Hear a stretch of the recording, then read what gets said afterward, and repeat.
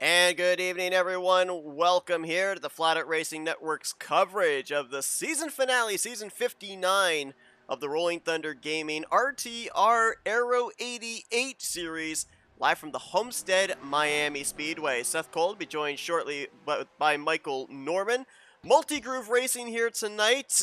Pit Road will more than likely play a factor into the outcome of tonight's race, and championships, for the most part, are decided here this evening. Brian Schilling, 33 points up on the rest of his competition. Not enough cars in the field for him to mathematically lose out on the title. The Challenger Championship, 93 point separation from JT Mayhew to second in points there, so he's got that wrapped up. We do have one battle that we'll be covering. Three drivers going to be trying to get the Eliminators Series Championship here tonight, and basically, for the 19 drivers that are taking the green flag here this evening, the goal is simple. Just try and finish out with a checkered flag here to close out the 59th season as they grid up here in preparation for this 81-lap feature. Jeff Supta captures his 8th pole on the season, clocking in at a 31.515 for his pole position here tonight.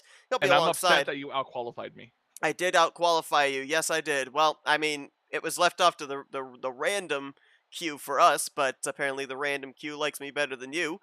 Frank Rivard, he's going to make up the outside of row number 1.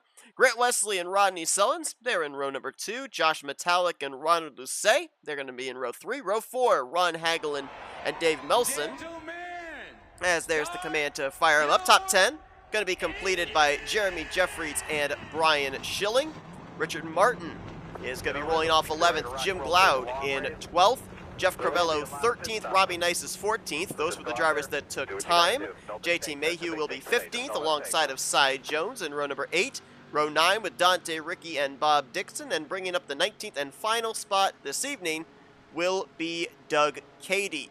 A lot of things we'll be talking about here tonight, Michael, but let's talk about this racetrack, specifically what we're seeing the drivers have to utilize here coming off of pit road. The access road on entry to pit road in turn 3, all the way around to turn 4, and then the access roads leaving pit road, exiting out of turn 2. It's slick down there. That's going to be something these drivers are going to have to worry about if we get into a couple of rounds of green flag pit stops. It is, and it's going to make for some excitingness getting on the pit road like you would see during like our Talladega streams, because not only is it slippery, but these guys have got to whoa up to even stay on there. Because I think it would give you a penalty if you slid off of it and got back on it. I'm not entirely sure how that works, but yeah, it might. I think you're right. Maybe I'm not sure. But it's going to make for some very interesting racing and some added and a little bit of added pressure to some of these drivers trying to go for the win. But Seth, pace car is off. Here we go. 81 laps of racing here tonight. 3x on the wear and fuel consumption, so the fuel window will be a lot shorter than we would normally expect here, and it is CTS physics, as you saw the shot there from Grant Wesley to Jeff Supta, forging him ahead to the point through 1 and 2. And we will progressively, as the tires start to heat up, the longer the run goes on, we will see these drivers migrating further up the racetrack. In practice, looked like that middle to upper middle groove was the preferred area, especially with getting the run on corner exit onto the straightaways. Grant Wesley, you saw him try that inside line there through 3 and 4, but it lost him some time. Sorry, off the corner of my eye in the camera shot, I saw somebody look like they hit the wall and dart down, so I thought maybe we had an accident happen. But nope, we're all good. And Seth, I want to mention this to you too. He won last week in the Tally Challenge. He won yesterday at that really short bank Talladega mock-up track, RTR, I believe it was called. So I'm interested to see if during the FRN broadcast, if Grant Wesley can go 3 for 4. Yeah, maybe. He's right now in that 3rd position after starting from P3. Frank Rivard was able to tuck into 2nd place, and now he tries to get a run to the left rear quarter panel of the Pepsi Challenger of Jeff Supta, the number 11. I mentioned about somebody getting the wall. I looked to see if maybe someone had kind of drifted off from the lead pack. Doesn't look like it. So maybe a no harm, no foul brush in that regard. Let's talk about the one battle that we're going to be watching here tonight in regards to a championship, and that is the Eliminator Championship. 3 drivers moved on after 3 races to advance into this final segment, and those drivers are your current race leader, Jeff Supta, in the 11, Ronald Lucet in the 62, who currently is in 6th, and Jeremy Jeffries, who currently is in 8th. No bonus points come into play, just whoever is the highest finisher by the end of the night between those 3 is the Season 59 RTR Aero 88 Eliminator Series champion. Ooh, we had a battle for the lead, lost a lot of momentum because of that. Now here comes Grant. Ooh, pushed up just a little bit on the inside there, but like you said, that middle lane is the lane you want to be in. You can correct me if I'm wrong, I believe that's a Darrell Waltrip throwback there. Grant Wesley's got that Gatorade Chevrolet Lumina. Got 2 of them, actually, for GW, the race leader in that and 88 car. Oh, yes, you're right. Josh Metallic trying to take advantage of that little slip-up by Grant when he was trying to go for 2nd. That's the battle for 3rd place right now. I kind of wish James Qualls was here. Qualls would know a lot about some of these throwback schemes. Definitely would. You got the car right behind Grant Wesley. That's a throwback. Rodney Sullins throwing it back to Dale Earnhardt Sr. And I know you're going to hate me, but I thought about this in practice, and I thought, you know what? I'm going to bring it up to Michael during the broadcast. Dale Earnhardt Sr., the Intimidator, was known as the Man in Black. Rodney Sullins could be the Man in Black Rifle. I hate you. It fits. My hatred for you grows every day, every second. How old are you now? Not as old as you. That's a lot of hatred right there. Looked like maybe some connection problems there for Dave Melson, the 038. See him starting to fall back a little bit there. Yeah, he's got a little bit of side to side. This is back around the 12th position. Battle for 2nd place up here. Metallic foraging his way forward, and yeah, we talked last night. Whoa! Oh, I thought somebody went up to the wall. That was the 62 that drifted a little high there in 1. It looked like he just darted up to the wall there on the camera angle we had going into 1. But we were talking about tire wear last night when these drivers were at RTR Super Speedway. Here this evening, especially with the fact that we are at 3X tire wear, these drivers, they have to be careful in preserving these Goodyears for the long run. Almost a slide job there by the 4. He just about cleared the third between the 38 and the 39 right there. Well, Brian Schilling, we mentioned the fact that he comes into this race 33 points up on the next driver, which is Jeff Supta. There's not enough drivers, not enough points on the playing field for anybody to be able to wrestle the championship away from Brian Schilling. So Brian, he's trying to end out the season on a high note. 8 trips to victory lane in the 14 races run here in the 59th season. So definitely a championship caliber year, and he'd like to put the proverbial cherry on top. Oh, yeah. Uh-oh. Did Grant get the wall right there? I think I just caught that tail end of that off of 2. Either that or he got really loose because Ronald Lucier tried to go to his inside. Had to bail out of it. Ron Hagelin going to get a run there on Lucet. Homestead, Miami, Lucet. I don't think... Which one is it? It's Lucet.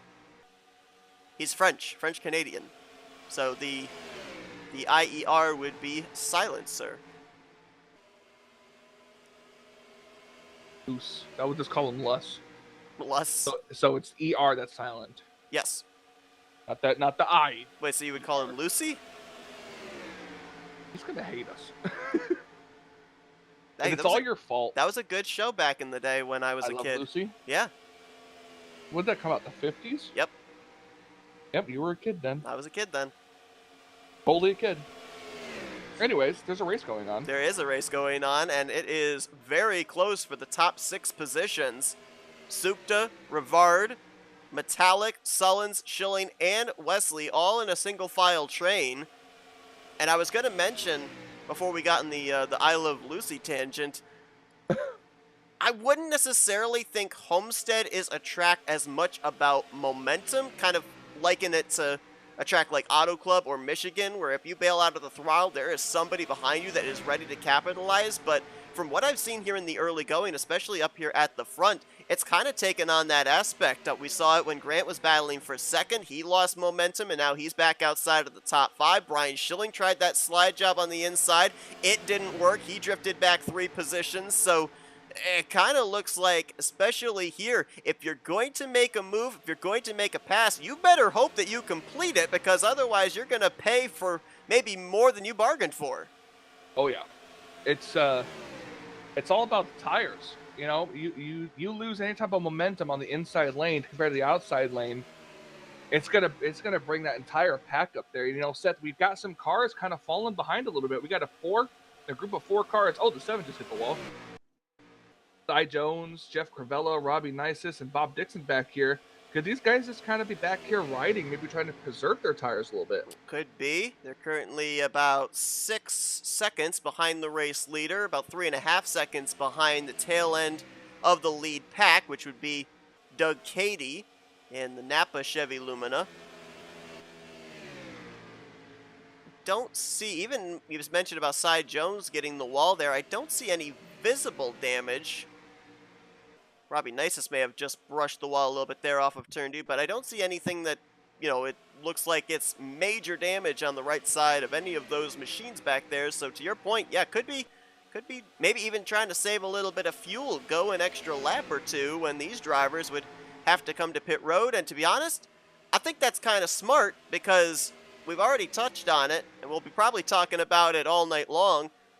The biggest trouble spot tonight, I firmly believe, is going to be that access road coming onto pit lane, going into turn 3 around to turn 4, because I watched a couple of drivers in practice, practicing mock pit stops. 3 of them were in a group, and none of them made it to pit road entry without spinning out, and more than likely, you spin out there through the center of 3 and 4, you're coming back up the racetrack. So, you know, you go that extra lap or 2 out on the racetrack, you may catch a lucky caution and be able to gain a ton of track position on the rest of the competition.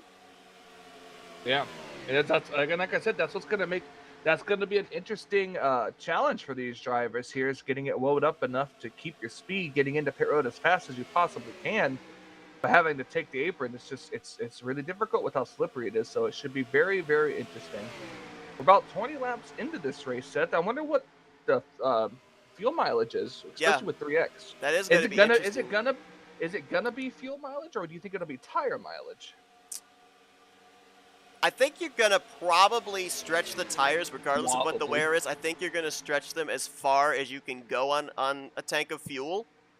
Your tires may not be absolutely happy with you by the time you get to the round of pit stops, but I think you're probably going to stretch it as far as possibly your fuel will allow you.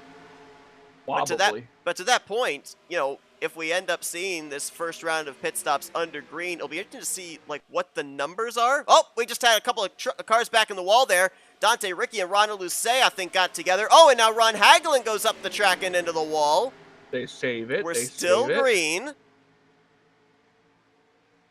Well, that was close. That was very nearly our first yellow of the day, about 20 laps in. But going back to the point I was just going to say, you know, if these drivers come to pit road, say in the next 5 to 7 laps, even in the next 10 laps, then we're going to get a fairly good idea of how many stops it will take to get to the conclusion. And here we go.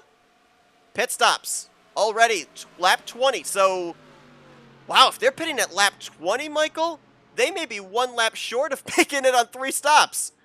Well, that's what you got to do. And wow, look at these drivers hot pitting here, even here. Supta, Frank Rivard, Jeremy Jeffrey is on pit road. Doug Cady in this lap as well. Supta led the first 16 laps. Well, then anybody else who comes in this time will have that enough. And here comes Metallic. Sullen stays out. Schilling is in. Grant Wesley. Saw Richard Martin back there. He's on pit road. And I believe JT Mayhew was right behind him.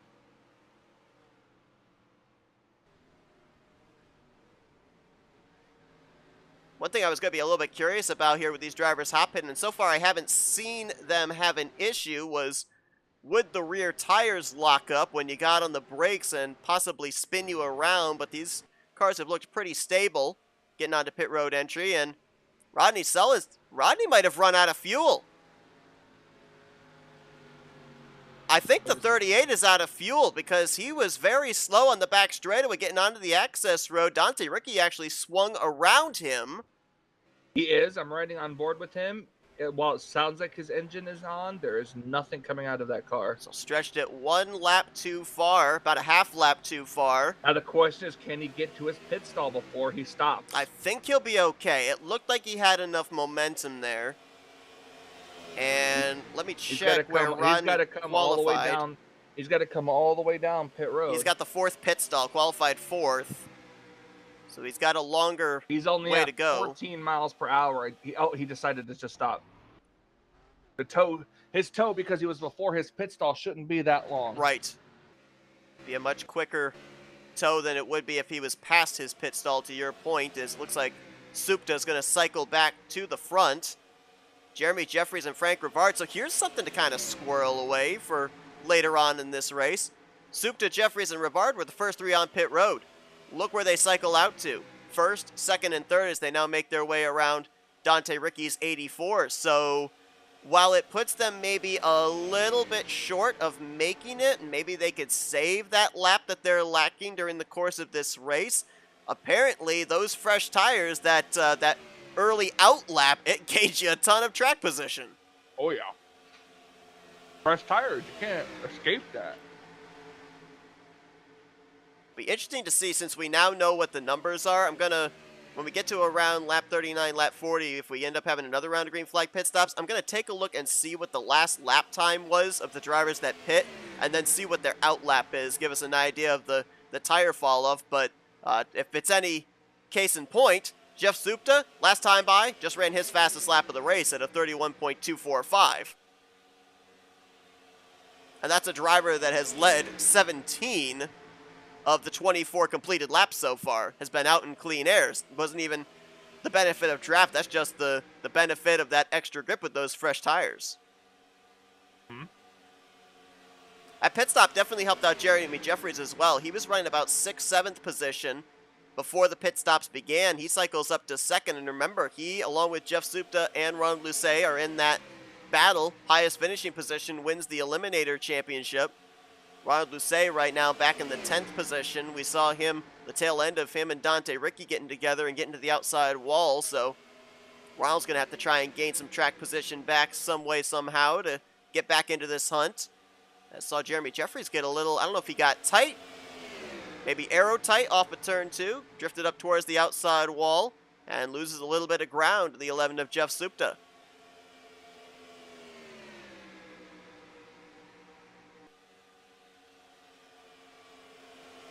Looks like everybody got onto pit road safely. No speeding penalties handed out during that first round of green flag pit stops. Rodney Sullins having to take that tow, running out of fuel there. He is back on track, but he is the only car currently situated 1 lap down, so he would be in the lucky dog position if we were to get a yellow. All 19 cars that started this race are still running.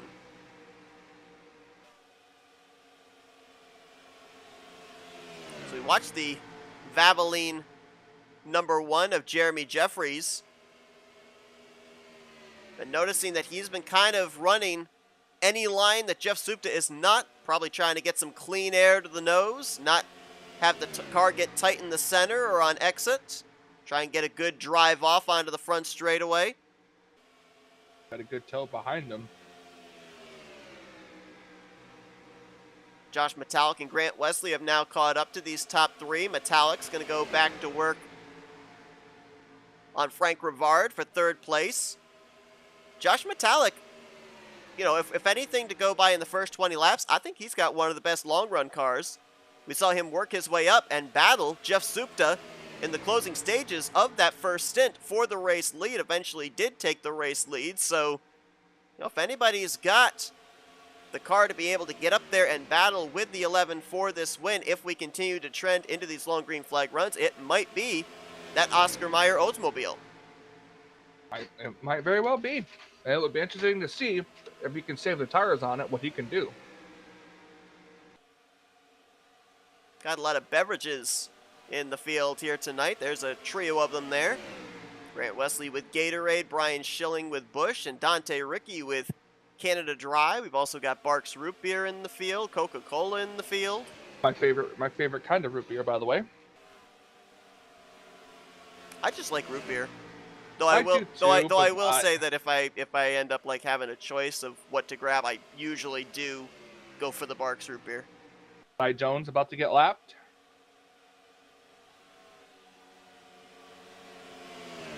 I'm not certain in this series if it's 1 or 2 lucky dogs.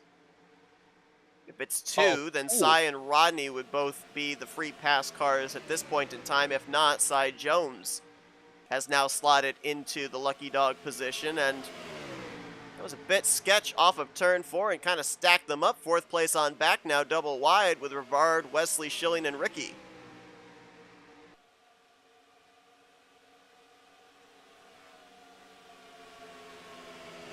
I think this would be a good time to take our first commercial break of this race session. Yeah, we're about 8 laps shy of when we're expecting to see these drivers back on pit road once again, so we'll step aside. We'll take that commercial break, and you won't miss a bit of the action because we're taking you FRN side by side. The following presentation of the Rolling Thunder Gaming Talladega Challenge Series on the Flatout Racing Network is brought to you by Ultimate Garage Floors. Ultimate Garage Floors is very active in the garage remodeling community, staying current with the latest technologies and custom configurations so that we can bring you the highest quality installations. As a Northern Virginia Exposy flooring installer, we focus on garages and commercial flooring to perfect our craft and bring you high results.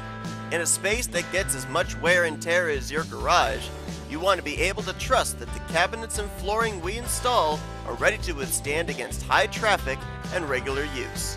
That is why we include a lifetime warranty with our services so that you know we stand behind the quality of our work. To get started with a free consultation, call us at 540-931-9006 or visit us on the web at ultimategaragefloorsva.net. That's ultimategaragefloorsva.net.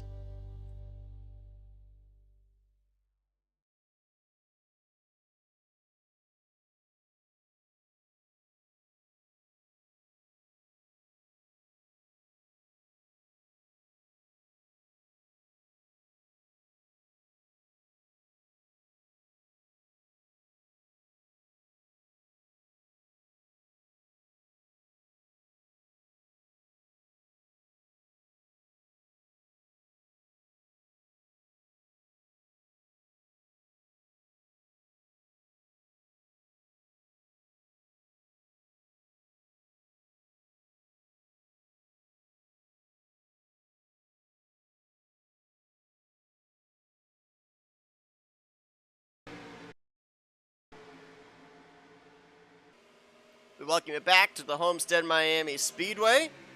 You're watching the season finale, season 59 of the RTR Aero 88 series. Jeremy Jeffries out in front. You saw in that side-by-side.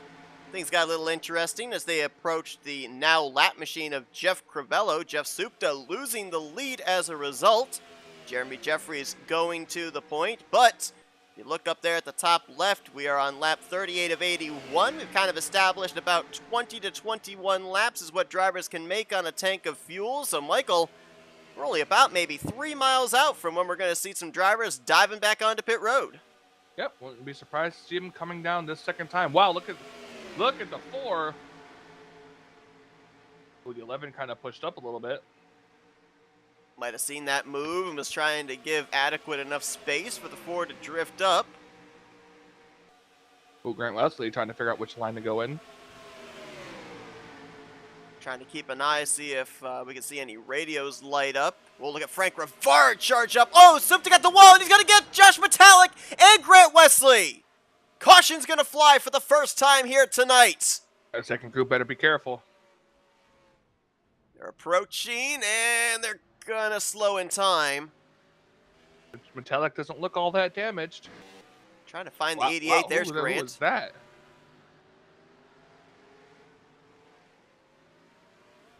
Dave Melson almost clobbered the 39 car. All three drivers involved going to drive away from the incident.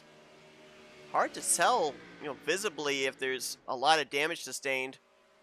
Looks like Grant might have hit the inside wall, maybe with the back end of his Gatorade Chevrolet, but this will now kind of, for the most part, put everybody back on the same page in terms of fuel strategy is concerned. We had about 1 to 2 lap separation based off of the first round of green flag pit stops. Everybody's going to take the opportunity here to come down pit road. Yeah, I figured that was happening. So first caution comes out nearing the halfway point. We'll come back and see the result of pit stops after we take a look at a replay. Looked like the 35 of Frank Rivard, as they were battling double wide, kind of forced the issue up the middle.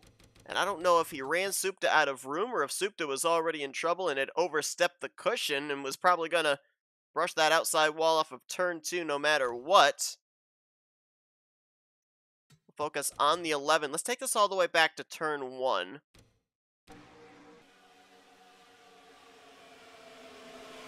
So he's running a pretty high line there, is Supta. You see Frank Rivard get a big run up the middle. And then Supta into the fence. Might have gotten a little assist into the left rear quarter panel from Grant Wesley, but the 11 was already 5 to 7 miles per hour slower, so not a lot of reaction time for the 88. And then Josh Metallic just wrong place, wrong time.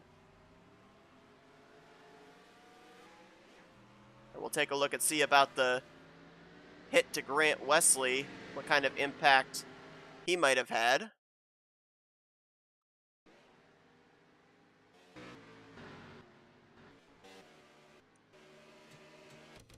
A little difficult to be able to tell with the damage model here of the Aero 88 cars, but I'm pretty sure he hit with the back end.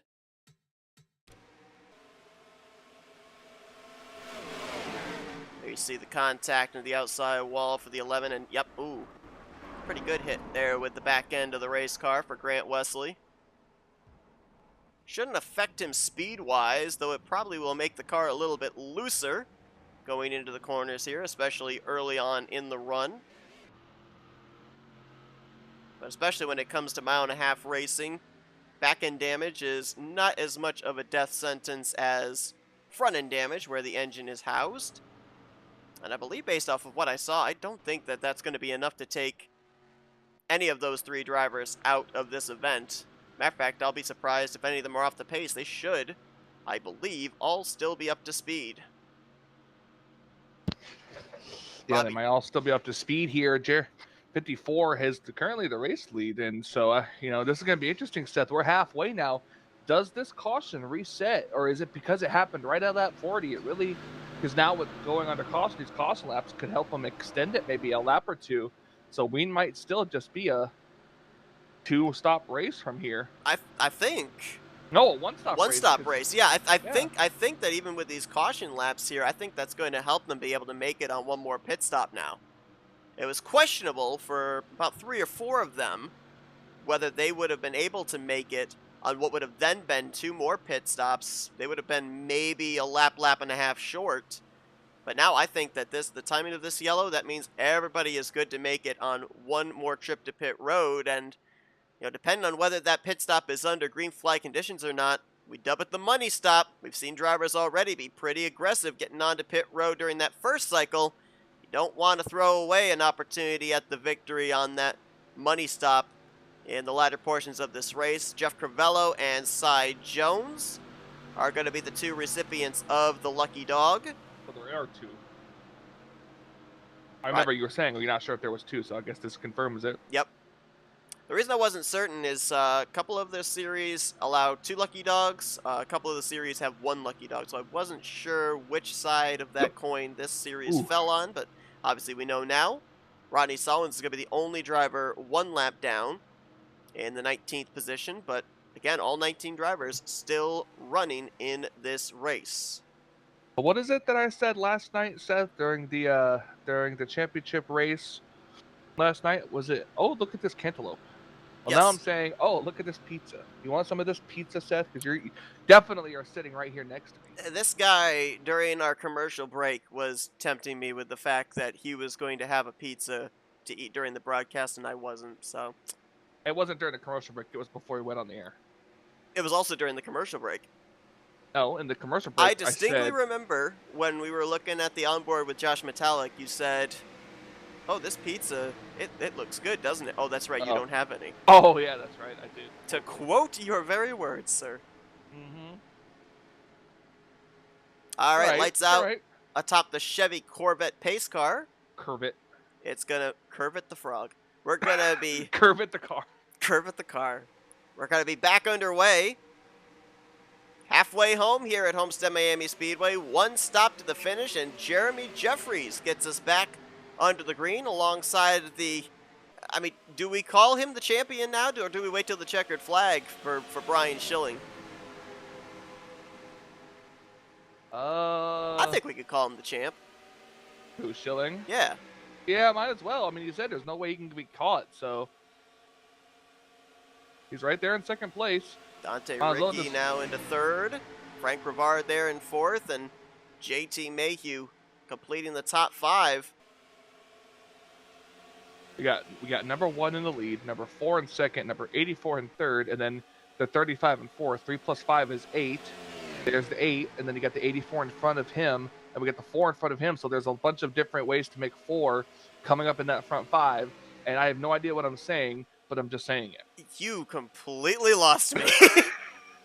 I was trying to, at the beginning, I was with you. I was trying to figure out where you were going with that, and it just went down a rabbit hole, and I have no idea where it ended up. I had it planned out in my head what to say, and then that is scary in and of itself that you actually had a plan. I had planned out what I wanted to say, and then as I was saying it, apparently I had a stroke. Which is a not very uncommon thing for me. No, it is not. No, it is not. Oh, I can't say for me, for us, because you have your fair share too. Yeah, but you have pizza, so. Anyway, battle on for fifth. Dave Melson looking to the inside of JT Mayhew. Ladies and gentlemen, we are your entertainment for tonight. We are. What soda do you have with your pizza? Coca-Cola. Coca-Cola. All right, so let's focus on the Ron Hagelin car. There he is. There's the Coca-Cola machine. Great segue. In 12th position, right behind Jim Glaude. I don't know if that's that number 72 is a throwback to anybody. It kind of looks like it is. Let me see. But I'm not certain. Oh, I mean, maybe it isn't, but that legit looks like a car that would have been on the track back in the day. I mean, it's the yellow or it's the red that's kind of throwing me off. That could be a throwback to like an old Pennzoil Michael Waltrip scheme. You see, that's what the vibes I was getting too, but I don't think Michael had any red on any of his paint schemes. It was just the straight yellow. I mean, I like the 40. I like Richard Martin's black, red, and petty blue car. Like I like that. I love how he takes the petty scheme, makes it kind of his own with that. Then we got the Napa car back here. The 7 or the 007 of Doug Caddy. I love that Napa scheme right there. And then, I mean, look who's back here. Look who's back outside the top 10. The 11. He's back here. He was also, he was partially involved in the wreck when he hit the wall there. But I mean, I hope he doesn't have too much damage. And the 38's back here as well. Where is Metallic? There he is, right here. Running 11th last time by, fighting possibly for the 10th position here. Or 9th. It could be 9th. It was 9th. 100% 9th. So it looks like that wreck he had didn't really affect him that much. Running the inside line now, but Seth, the inside line's going to, I think, wear your tires out a little bit more. It definitely is. A car hit the wall in front of him. The Barks car.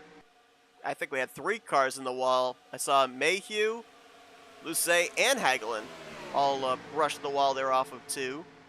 Of the 3 drivers that were involved in that first caution, Grant Wesley's been the one that's picked up the most spots. He's just gotten around Richard Martin for the 5th position. Metallic, as you mentioned, in 9th, and last time by, Supta was scored in 13th. It's the first time tonight, though, going back to Supta, that the 11 has been back in traffic. He led 27 of the 50 completed laps out in clean air and spent most of this race up inside of the top 3, so it wasn't nearly as congested. He had a little bit more opportunity to move around and try and find a groove where he could get clean air to the nose. Now he's back in this double wide and even at sometimes 3 wide traffic. That's going to affect the way that the car drives a little bit, and he probably has to adapt to that. Absolutely. Right now, Jeremy Jeffries looking to pick up what would be his 3rd win on the season. So far, coming into tonight, only 4 drivers have gone to victory lane here in Season 59 of the RTR Aero 88 series. Brian Schilling 8 times, Jeff Supta thrice, Jeremy Jeffries twice, and Grant Wesley you really once. did have to say that, didn't you? I did. The old man in me. So Jeremy Jeffries looking to tie Jeff Supta for most victories, or second most, I should say, victories on the season with 3. And then, of course, as we've already talked about, and we'll continue to talk about since it is really the only championship on the line here tonight, that Eliminator Series championship, Jeremy Jeffries right now firmly in control of that.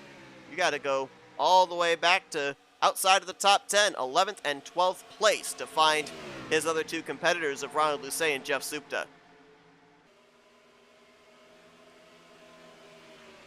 Dante Ricci's been kind of, I don't want to say quiet because he hasn't been, but he's been a little bit under the radar up here inside of the top 5. Slowly making his way up position by position and keeping Jeremy Jeffrey honest here. If the 1 slips up, the 84 would be right there to capitalize. You know who else has been quiet? Our chat.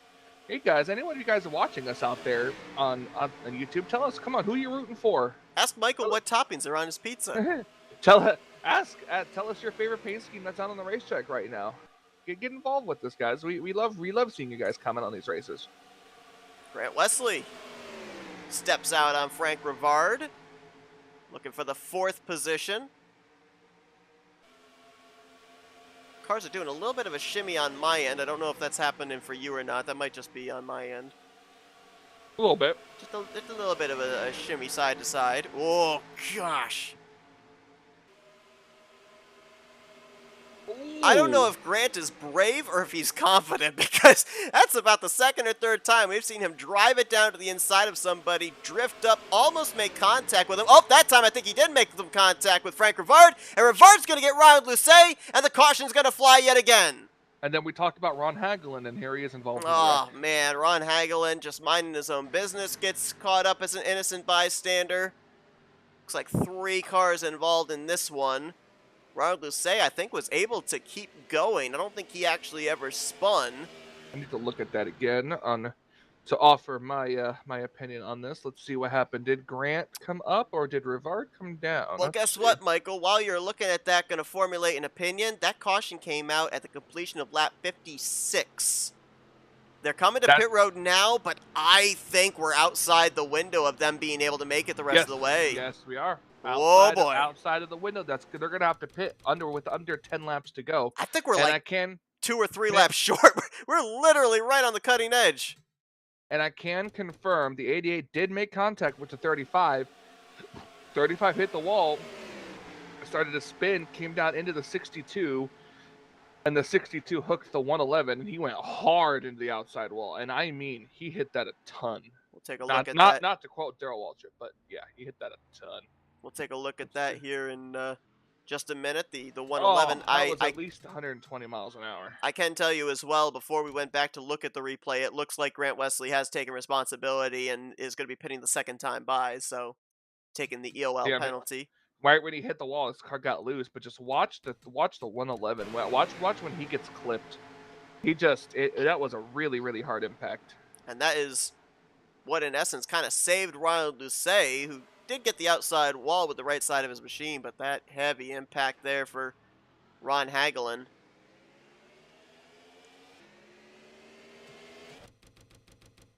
Let's take an onboard with the 111 and listen to the impact there.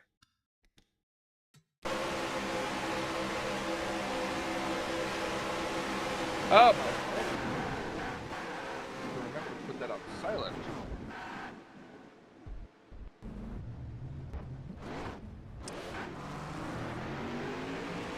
Pretty solid impact with the left side of the Ron Hagelin machine. The back end pretty well pushed in as well. Kind of V'd in there. And Ron is going to, it looks like, come to pit road next time by. Get himself a bonus point here for a lap led. You see this happen in league races. If a driver feels that their car more than likely is not going to be up to speed with a shot at a good finish, they'll stay out the extra lap, get the bonus point, and then come to pit road. Grant Wesley on pit road this time. Rodney Sullivan's following him down. Rodney's going to get the free pass. So all 19 cars should be on the lead lap when we go back green. And Ron Hagelin, when he eventually dives to pit road, will turn the lead back over to Jeremy Jeffries, who has led 22 laps so far. He's closing in on most laps led. I was going to say, it wouldn't be Ron Hagelin. It would be the 88. But Ron Hagelin's going to stay out this time. Wait, for what? I'm not sure. He's staying out. He's still on the racetrack. Yeah, he's going to get a lap led and then come to pit road. Oh, look at this. We're seeing drivers clutching here. Hoping that they can make it the rest of the way. It's 58. I don't see us going back racing until lap 60 at least. So 60 is going to be that. Then we're going to get roughly, 20 laps? That's going to put us to 80. So these guys, if they can clutch, they only got to clutch, like you said, maybe just for a couple laps, try to save a couple laps of fuel. Wait, what lap are you on? I just hit lap 59. Go live. Never mind. I was going to say, you said 58, and I looked down and I'm thinking, I think he's a tick behind. Don't listen to me. I never do. So Jeremy Jeffries, when he inherits the lead, this will be his 23rd lap led. He's closing in on leading the most laps. That currently is Jeff Supta's 27 circuits out in front. Look at the cars coming in pit road, top off. Oh boy. Sullen, Cy Jones, Robbie Grant Nices, Wesley Dixon, Lucet. Is that Jeff Crivello I think I see up there? I'm going to be honest, I like the call. I know you lose track position, but I'd rather be safe than sorry. I honestly don't know if the clutching that we've seen these drivers up here do under these pace laps, if it's going to save them enough. If it were 2x, maybe. But 3x? I don't even know if clutching helps you save anything.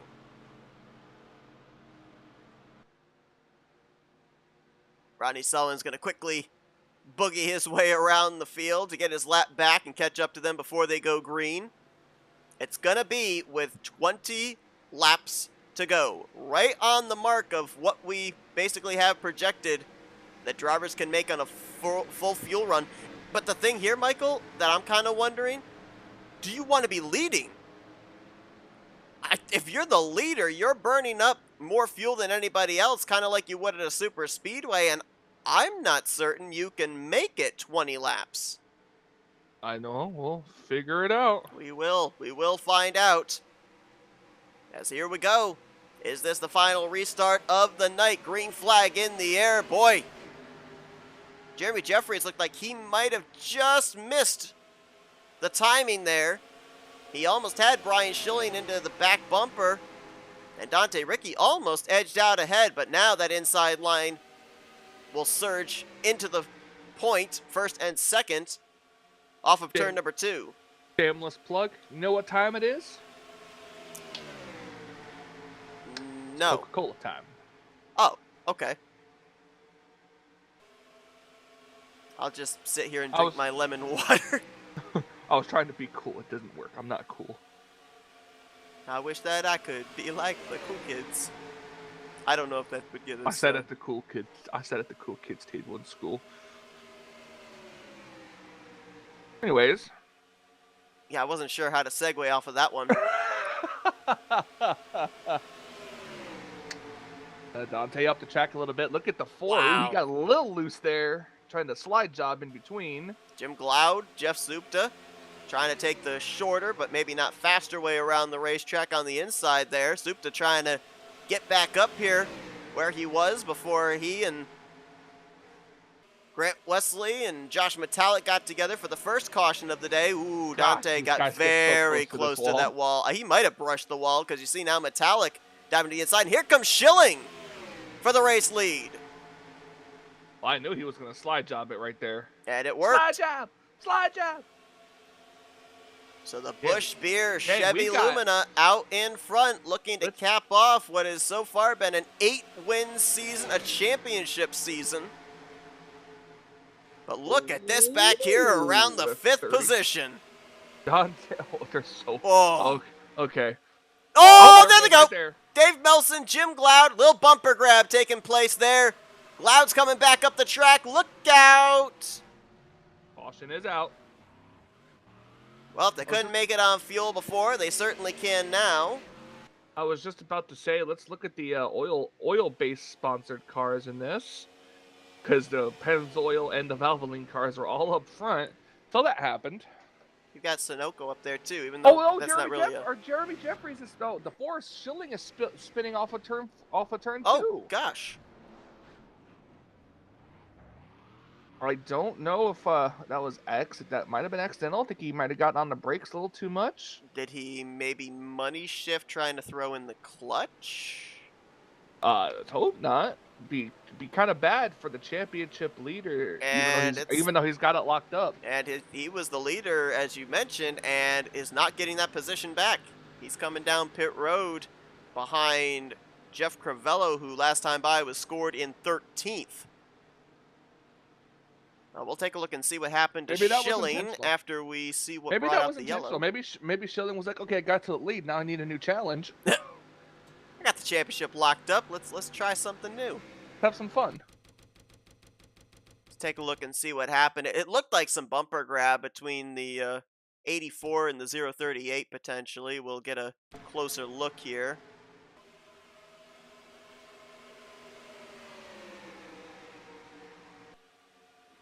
Oh, yeah.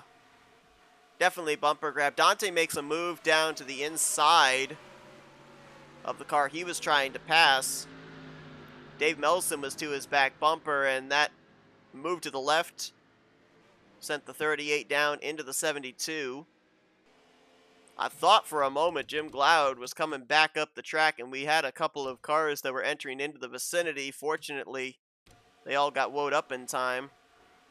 Jim, I was going to say I didn't think he hit anything, but yeah, he does make some contact with the front end into the inside wall.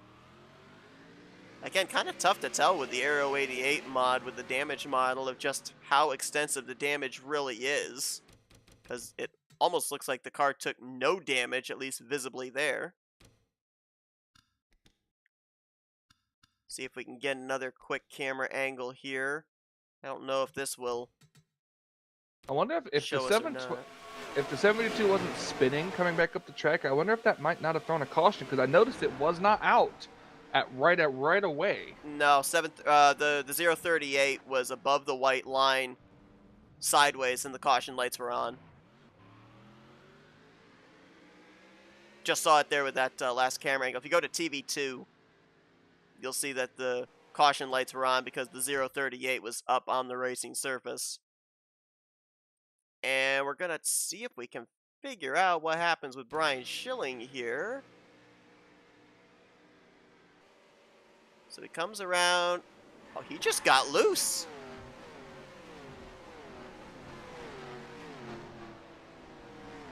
It's like he was bailing out of the throttle to coast it on the back straightaway to pick up the pace car, and it just stepped out on him. I'll look to see if there was any downshift, but I didn't see anything there. Watch the gearing here. Had to have been that transition at the bottom of the racetrack that probably spun him out. Like, you see where his left side tires went down to kind of that light gray? A lot less grip there than there is in that dark gray area in the middle to upper middle of the racetrack, and I think that transition there from the difference of grip, it just spun him around. Well, that changes the landscape a little bit there. Brian Schilling had just gotten himself to the front for the first time tonight. And now scoring has him restarting back in 17th position as JT Mayhew is going to inherit the race lead. Frank Rivard will be second. Jeremy Jeffries, Richard Martin, Ronald Lucey. That's going to be the top 5. Jeff Supta looking to go coast to coast. Pole to win will be That should restarting in have, 6th. I think, 13 laps to go on this restart. I think you're right. They can all make it on fuel now. Even if they didn't pit, I think they can make it. I think now they could have saved enough under these pace laps if they were short. No, they have enough fuel, but do they have enough tire? Can they save the tires enough for that for a late race charge? That's the big question. And also you have to consider we have all of our 19 drivers on the lead lap, but I would say point of no return, maybe somewhere around completion of lap 78. If a caution came out between then and the white flag, race could potentially end under yellow. So it all comes down to not only saving those tires, but figuring out when the best time is to make the move, whether it be too soon, whether it be too late, or whether it be right on the mark. We know there's a couple drivers not afraid to throw it down to the inside in an attempt for a slide job. We've seen Brian Schilling, Grant Wesley, Jeff Supta. They've all done it successfully and unsuccessfully. We'll see who's going to be brave here in these final 13 laps. JT Mayhew's already locked up the Challenger Championship here in the Aero 88 series. He's trying to get his first checkered flag on the season. Frank Rivard to his outside. Green flag back in the air. Good jump there on that inside line for both the 338 and the one of Jeremy Jeffries as JT going to the point, drifts up there to the middle line. Jeremy Jeffries going to charge to the bottom. I believe the one has fresher tires. The 338 stayed out, the one pit. All right, let's see what happens. How about should the be able 62? to just dive it off. Look at him dive it off in there. Oh, JT! Yikes. I thought he was in the wall. I thought he was in the wall through the center, and that's that old. Too. Look at him in the 35 dropping. That's the difference of even just, what, 2-3 lap old tires. Richard Martin doing good up here. He's just moved into 3rd place. Yeah, Demar holding down the final spot on the podium. Ron Lucey battling for the 4th position. He's trying to get up there to Jeremy Jeffries. He, along with Jeff Supta and Jeffries, trying to see who's going to be leaving tonight with the Eliminator Series Championship. Doug Cady up in the 5th position now. Going to take that spot away from JT Mayhew. Nice job for the 007 as, ooh, nice clearance right there through the center of the corner.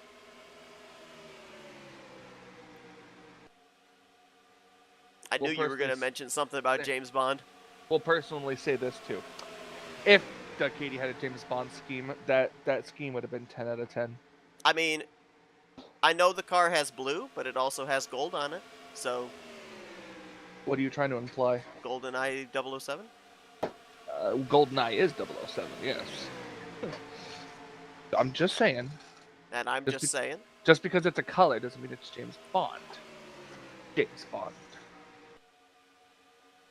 Anyway. I like how you had to repeat it under your breath. Well, actually, I was trying to say Bond. Bond. James Bond. Before I kill you, Mr. Bond. Do you expect me to talk? No, Mr. Bond. I expect you to die. Anyways. Top 6, single file here. Ladies and gentlemen, this is what ADHD looks like. Or I guess I should say sounds like. You think that you would ever be able to open up an ADHD ASMR channel? AMSR. AMSR. That's for the dyslexic. We're covering all our bases tonight anyway.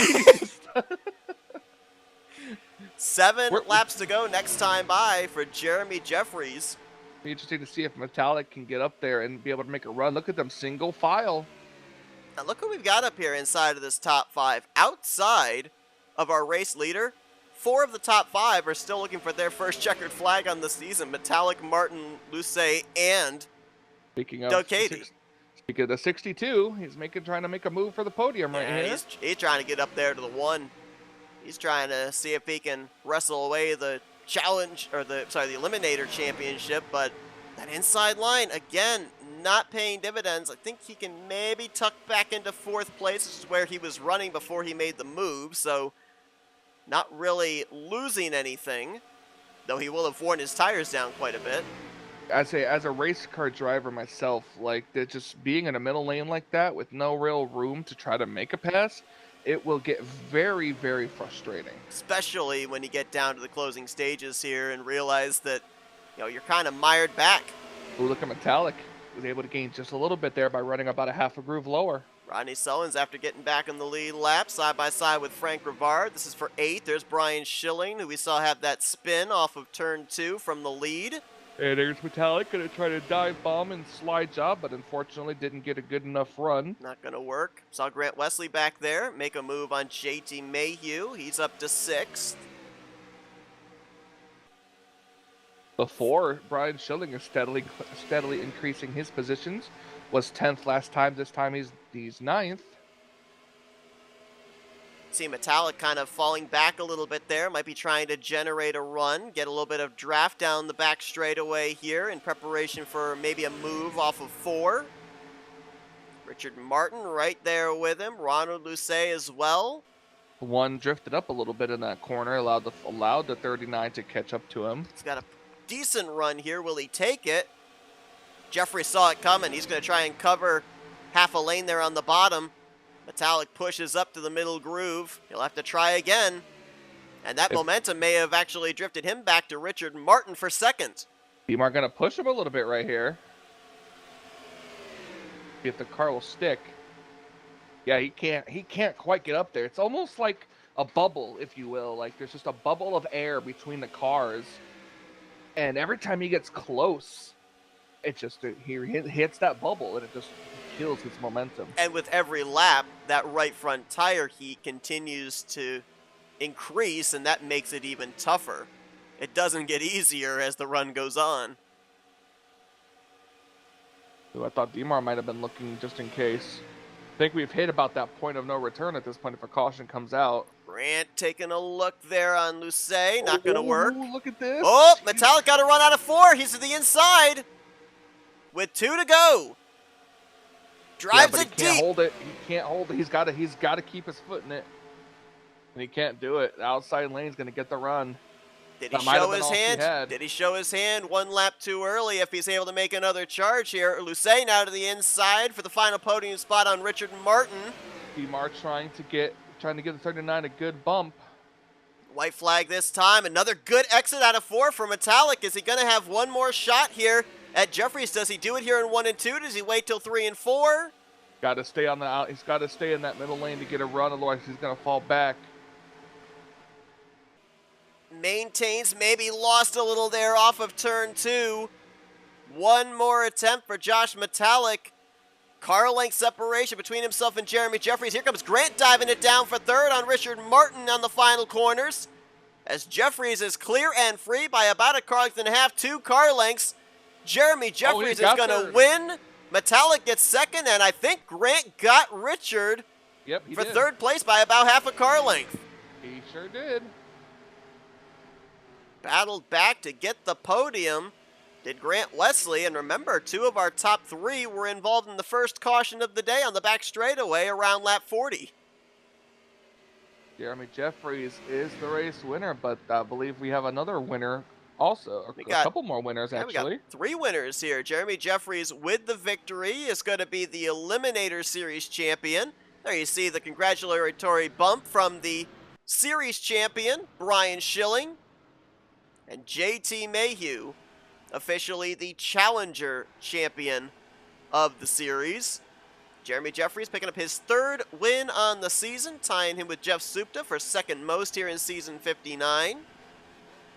Schilling already doing his victory burnouts. Here's the one of Jeremy Jeffries coming back around, making some dual burnouts here from the race winner and the overall champion. Yep. couple of the other champions too should be out here doing some burnouts as well. Yeah, I saw JT Mayhew. He actually was on pit road. I think Schilling might have just nosed it into the wall.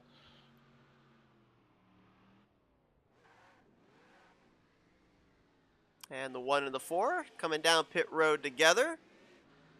They'll make their way to victory lane. And we'll be talking with our podium finishers as well as the champion in just a few moments. We're going to show you the official finishing results from this evening. Wesley just getting Richard Martin, but a great run there for Demar. Bringing it home in the 4th position. Ronald Lucet giving it a heck of a try there as he finishes in 5th. Doug Cady, good run there for him in 6th position. 7th place for Brian Schilling, enough to take the championship. JT Mayhew in 8th to win the Challenger Championship. Rodney Sullins, who spent, about almost half this race a lap down after he ran out of fuel near the close of the first round of green flag pit stops. Got the lucky dog back in the lead lap and salvages a top 10 in 9th, and Dante Ricky completes the top 10. Jeff Supta, his car just never seemed to be the same after he had the incident bringing out the first caution, after he led 27 laps here tonight from the pole position. He'll get 11th in car number 11. Frank Rivard in 12th. Jim Glaude 13th. Dave Melson 14th. Ron Hagelin completes the top 15. And all 19 cars finish the race with Bob Dixon, Jeff Crivello, Robbie Nisus, and Cy Jones. All 19 cars on the lead lap at the conclusion as well. So not a lot of torn up race cars here tonight. We did see the caution fly for, I believe it was 3 times this evening. Really didn't see any big wrecks, though, in terms of damage sustained. And everybody was able to reach the conclusion. Except for maybe Ron Hagelin. Oh, that's true. Yeah, pretty good back-end damage on his machine. As we enter into our FRN post-race wind-down, Michael, what do you think? Should we dial up our podium finishers here tonight? Yep, let's get one of them in here right now. User was moved to your channel. Hey, Grant, it's Michael and Seth up here in the FRN booth. You got us? Yep, I got you. Well, I'll tell you what, seemed like here tonight, if you were going to make passes, you had to be brave of sending it down on that inside line and hoping it stuck. You were one of those drivers that looked like they were pretty fearless in doing so, even did it on that last lap to nab the 3rd position from the 43. Seemed like track position was a premium here tonight, so how were you able to find the momentum needed to make those passes on the inside line? Yeah, after that last pit stop, I took 4 tires. So I had a little bit better rubber than some of the guys. I think most people were doing 4, but I know there's some guys went with 2, and I think a couple guys stayed out. So that helps a little bit. But yeah, track position was king here tonight. If I could go back and do it again, I would have took just rights. It was really unfortunate that I put myself in a hole there. I got to racing Frank pretty hard. Me and him got together. I honestly don't know whose fault it was. So I just went ahead and took the blame. I know it was hard racing. It was very intense. But yeah, not a bad night. We'll take a 3rd place. I was really hoping that you were going to go 2 for 2 this week in terms of FRN broadcast, because you were hanging up there pretty good. Tell us, with the way that was coming out, the original strategy here, you guys would have been about a couple laps short if this race would have went green all the way in terms of pit stops. So what was going through your head there, knowing just how far you can go on the pit stops in the fuel cycle to get to the end of the race? Yeah, so after I got into it with Frank, I came down pit road. I just went ahead and served just to be safe. I restarted on the tail, and that was with 22 laps to go, which was going to put us about one and a half laps outside of our fuel window. And I mean, as soon as I came down pit road, I just happened to look at my lap counter and I seen that, and I immediately knew fuel strategy was the way I could win this race at that point. So yeah, I was clutching in the back. I was just trying to, stay with the pack and maybe pick off a few guys here and there.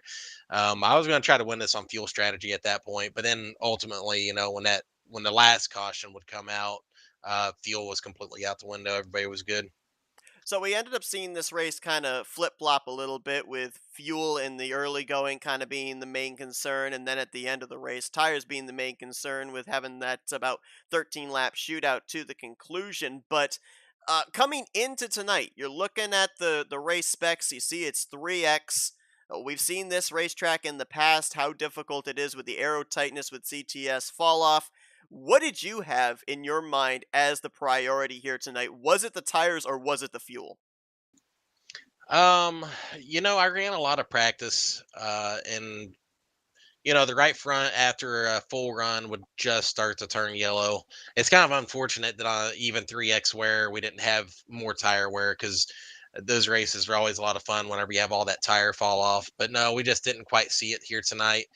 There was enough to make a difference. I mean, definitely, if you had a little bit better tire, you could have made some moves late in the race, but it wasn't a make or break deal, I don't think. So, yeah, basically, I was just having fun tonight. I'm not really in it for the points here on Wednesdays. I kind of ran hit and miss shows here throughout the week. And yeah, I was just here having fun. I'm a dirt guy, so slide jobs are my thing. And man, you can sure pull them off here. So yeah, I had a great time tonight. Well, a great run for you here this evening. Third place to finish out the season. A victory this season in the series as well. So, good way to cap off 59th season for you here in the Aero 88 series. Before we let you go, floor is yours for thank you, sponsors, and shoutouts.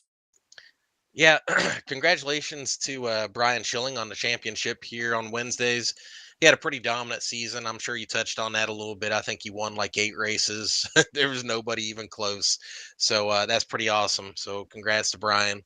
I'd like to thank the admin here tonight, Jeremy Jeffries.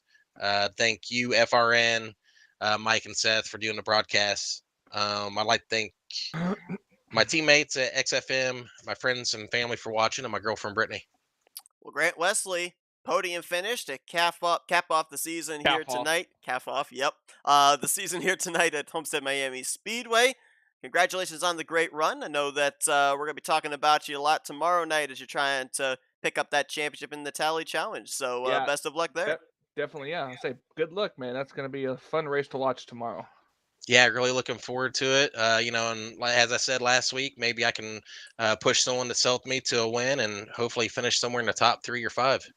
Absolutely. That's Grant Wesley, third place here tonight at User Homestead was Miami moved out of your Speedway. Let's channel. see if we can dial up the guy who brings home second place here this evening. User was moved Hey, to Josh, your Michael, and channel. Seth up here in the FRM booth. You got us?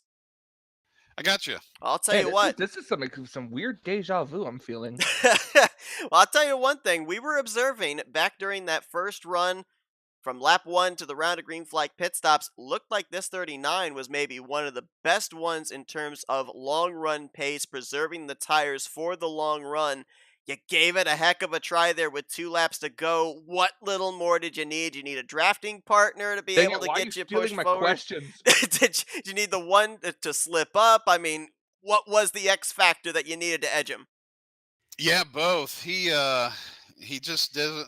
There's a handful of guys that are just darn near unbeatable every night, and he's definitely one of them. And he didn't set a tire wrong the whole time at the end there. And you know, I heated up my tire, making a couple moves. I was trying to get close, and then make my move, and I never could get really close enough. So I eventually just started to send it a couple times and heated up the right front, and then it was just pushing off the turns. I could never get really close enough to make a good, slide job pass, and then see where it goes. I could get alongside him a couple times, but yeah, I need him to make a mistake or someone to be on my bumper a little earlier in the run to try to get me past. But it was fun. Gave it a good, gave it a shot. But is the slide job really what you had to do, really, to make passes on this track? I mean, we saw that the middle lane, the middle to top groove was the lane you wanted to be in. So making passes on the inside was just that tough. But in the passing we did see tonight was mainly just slide jobs in a way. So is that really just what you had to do in order to make passes tonight? You don't always have to, but it's tough to just motor it on the bottom side and keep it down there. You got to make your passes in the turns. When you get onto that straightaway, it's single file, and if you're down there by yourself, straightaway's long enough that you lose everything you gain in the turns. So slide jobs is the surefire way of clearing them. And even if you overshoot it and they go underneath you, now they're on the low side with no draft help on the straightaways. So you can pass, but if it's a train of cars, you have to kind of wait for the guy in front of you to have a buffer between him and the car head, so you can do that slide job and slide back up. If it's single cars, little packs here or there, you could pass low, but it's tough. It's so draft dependent. Timing of the cautions tonight was a little bit interesting. The first yellow we saw you involved in was around the halfway point, and then the following caution was just around 22-23 to go. We kind of established with that first long green flag run, fuel window seemed to be about 20 to 21 laps. So I didn't notice if you were one of the drivers that stayed out after that second caution or if you came down pit road. But I mean, just how close were you guys, or how short were you guys on making it the rest of the way if we had stayed green from that point on? I was a lap short. I heard Grant, you know, jokingly he was upset because he was gonna make it. I think he was saving, riding and saving fuel. I think he would have probably made it. I was going to be a lap short. I don't know if I would have been able to save enough or not. I was too much in race mode to really save anything. So I did pit in the last pit stop and just got the 4 tires just with 3X. I figured that was the way to go. And Jeremy and his 2 tires proved otherwise. Well, you gave it a heck of a try here tonight. You end off the season with a second place here at Homestead Miami Speedway. Certainly nothing to be ashamed of. Congratulations on the great run here tonight. Great performance. Good comeback as well after the loss of track position midway through. Before we let you go, though, Josh, floor is yours to thanks to the sponsors and do some shout-outs. Yeah, thanks to Jeremy for doing all the work on the series. He's done the brunt of the work on the birthday bash next week, which I think you guys might be partaking in. It's a blast, and the drivers who show up every week, every night, man, that's if it weren't for them, we wouldn't have any races going on. And you guys, these broadcasts are a hit. The drivers love them, and Bones and Prime, keeping this place, keeping the doors open. So just thanks to everyone for another good season. Second place here tonight for Josh Metallic, led 4 laps this evening and puts it on the podium to cap off the 59th season of the Aero 88 series. Congratulations once again on the great run here tonight. Thank you.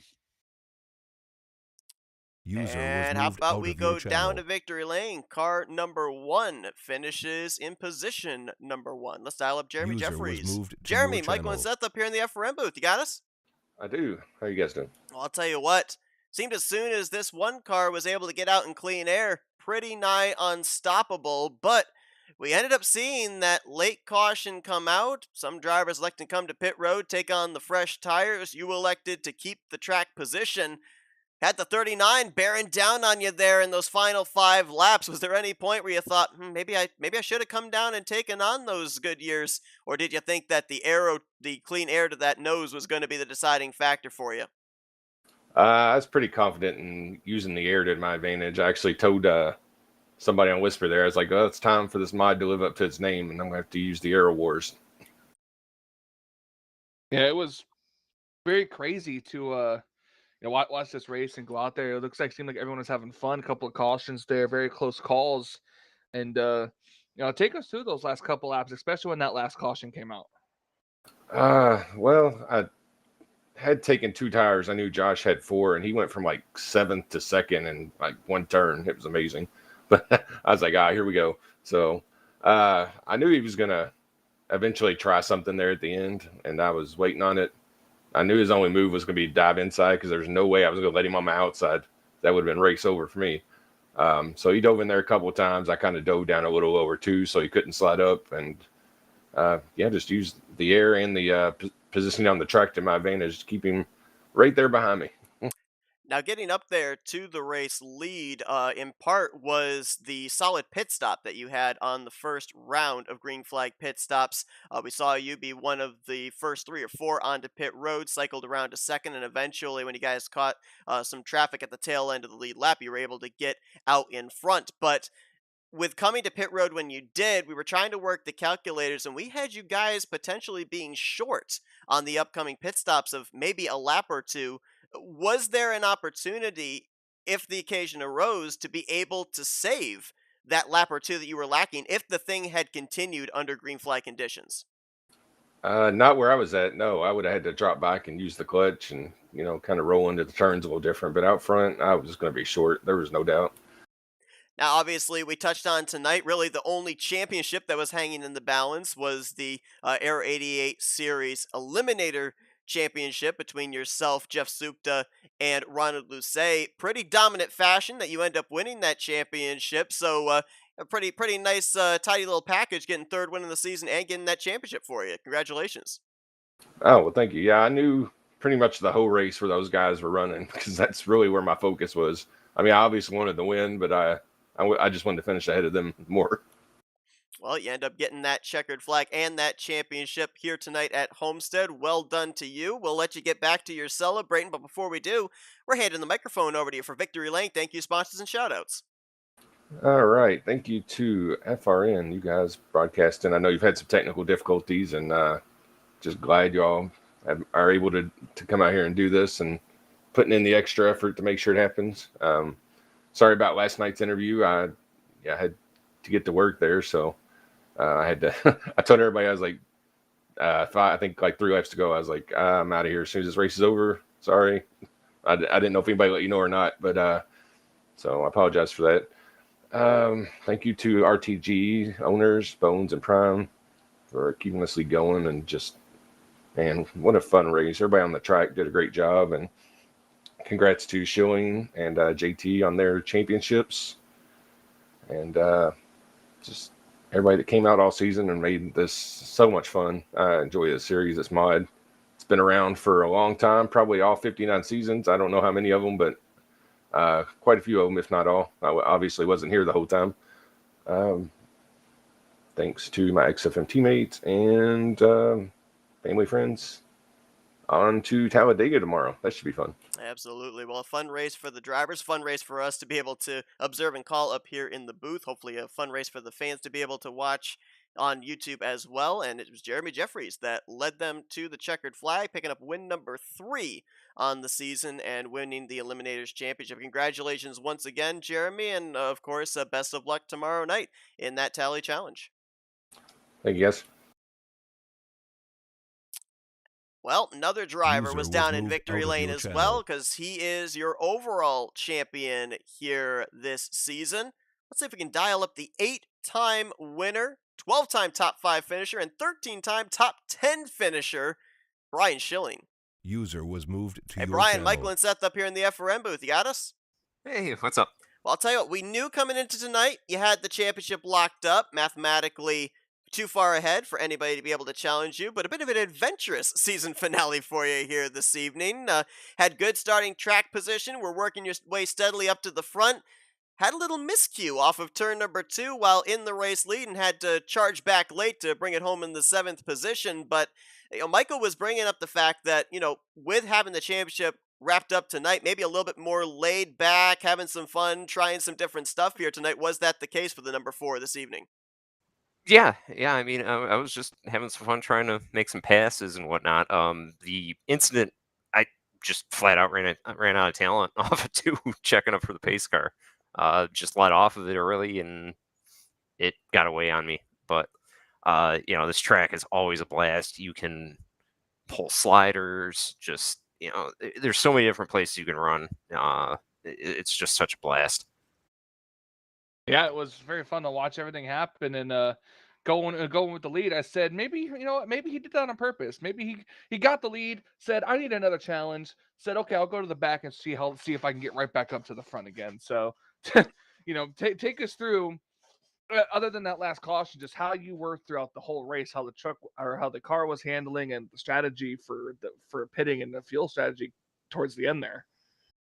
Well, I didn't realize when I passed Jeremy for the lead, we were that close on fuel. So, yeah, I know a couple guys were good on fuel if it stayed green. So I'd have been in trouble. I wasn't even looking at that point. But it was basically at the beginning of the race. I seen that you pretty much had to run it dry to not have to make an extra pit stop, but just it would get tight with about 8 laps left, so it was hard to make passes late in the run. So you basically had to make your moves, early to mid run. Like I said, my favorite was doing the just send it off into 3 if you had, like a 3-car length gap between the guy in front of you and the guy in front of him.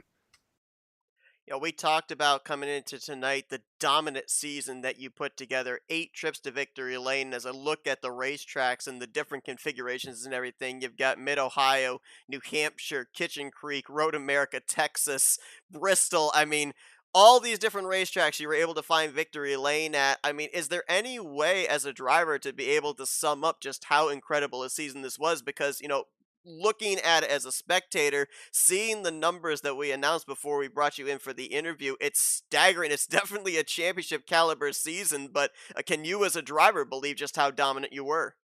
No. I mean, a lot of the races, I wasn't the quickest. I just put myself in good spots, and good things happen sometimes. I know for a fact I'm never gonna have a season like this again. And I know the car that I drove there, the Ford Busch car, sadly, it is being retired at the end of it. That was its last race run. There will be something new for next season, but figured it had to go out on top.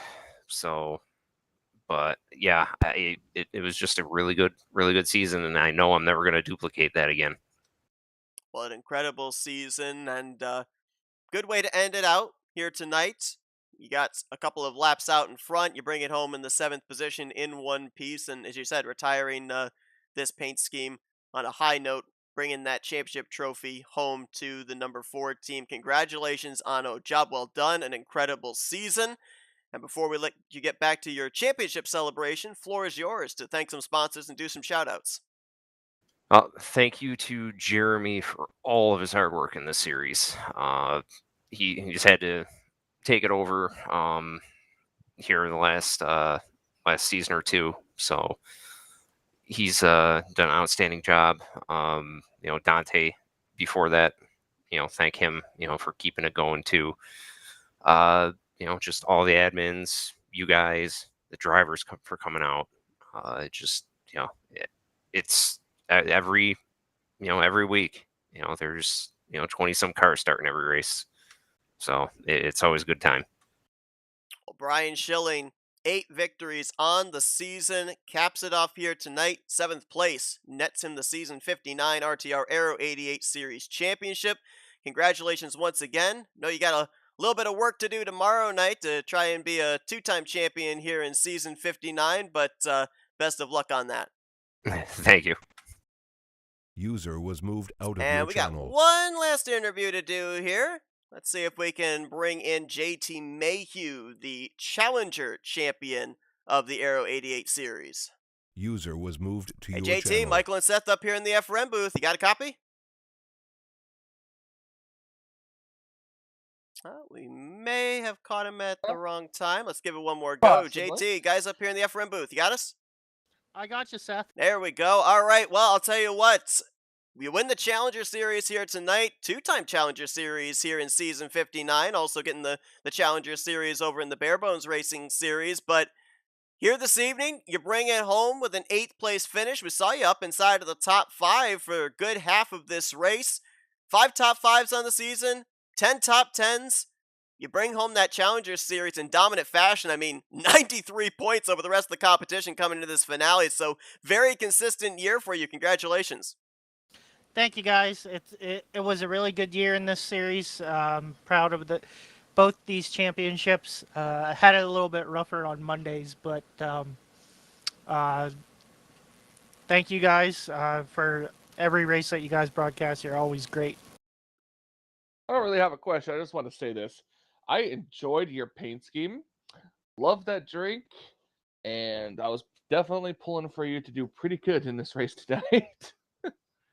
Thanks, Michael. Barks is my favorite root beer. Not just because it has caffeine. I just love the taste. And the pattern is actually the diamond pattern that's currently on the cans. I had to finagle it to get the right picture to put that texture on there, but I like the way it turned out. So not only do you end up winning the Challenger Series, but a good season overall as well. You finish out the year 4th in overall standings. So, obviously it's got to give you some confidence, got to give you momentum in preparation for season 60. Maybe get up there and battle for the overall championship. I hope so. Looking forward to season 60. Looking forward to the birthday bash weekend next week. Hope a bunch of guys come out for that. That's going to be a lot of fun. No points on the line.